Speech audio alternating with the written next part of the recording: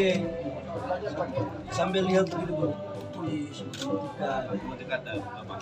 Ini apa? Kelihatan. Kalau ini kan nggak kelihatan nih Bapak. Program bisnis tahun 2025 yang akan dijalankan tahun ini hingga nanti ada Yang berikut Pak Bupati, ini saya menunaikan janji saya ke Pak Bupati. Pak Bupati, waktu saya janji ke Pak Bupati, setelah saya mendengar apa yang disampaikan Pak Bupati, saya bilang saya akan turun ke Yapen. Saya turun ke Yapen dan memang saya akan menunaikan apa yang saya janji ke Pak Bupati untuk kita terangi semua wilayah di Kepulauan Yapen.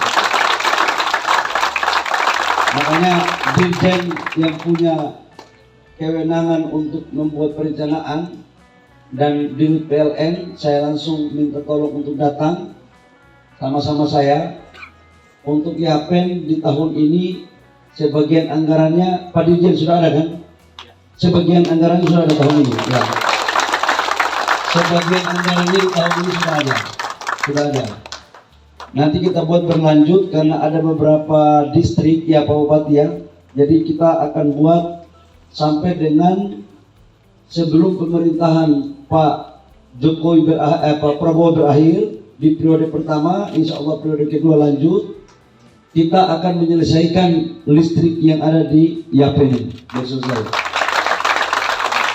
Itu kira-kira. Jadi Pak Bupati ini luar biasa sekali. Makanya cari pemimpin yang kayak Pak Bupati begini, yang punya jaringan ke pusat. Karena Pak Bupati ini senior saya senior saya di Cipayung di organisasi. Beliau senior di MKI dan saya ini dulu sering kita minta duitnya. Jadi Bapak Ibu semua, memang disinilah sinergi antara pemerintah pusat dan pemerintah daerah kabupaten kota.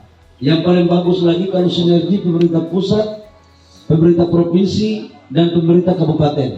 Itu yang paling penting supaya pembangunan bisa berkesinambungan, bisa jalan.